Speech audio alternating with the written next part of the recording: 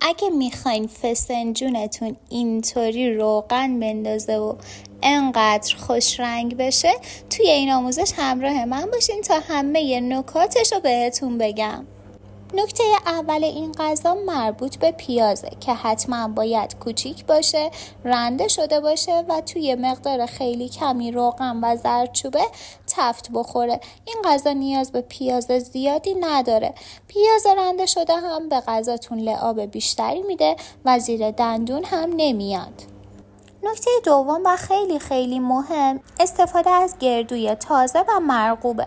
من نصف گردوها رو برای اینکه روغن بیشتری بندازه خیلی خیلی ریز چرخ کردم به طوری که بافت خمیری شکل پیدا کرد و نصف دیگرش رو کمتر آسیاب کردم طوری که توی خورشتم مشخص و دندونگیرتر باشن.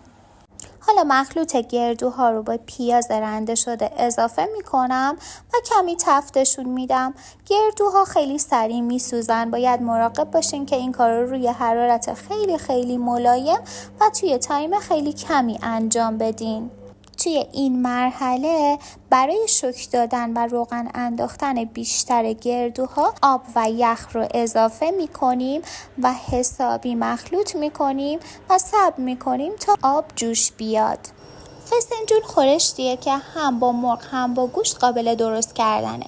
من از قبل رون مرغ ها رو داخل مخلوط آب و نمک کمی جوشوندم تا جایی که کف مرغ خارج شده. این کار باعث میشه که بوی زهم مرغ داخل خورشت نیاد.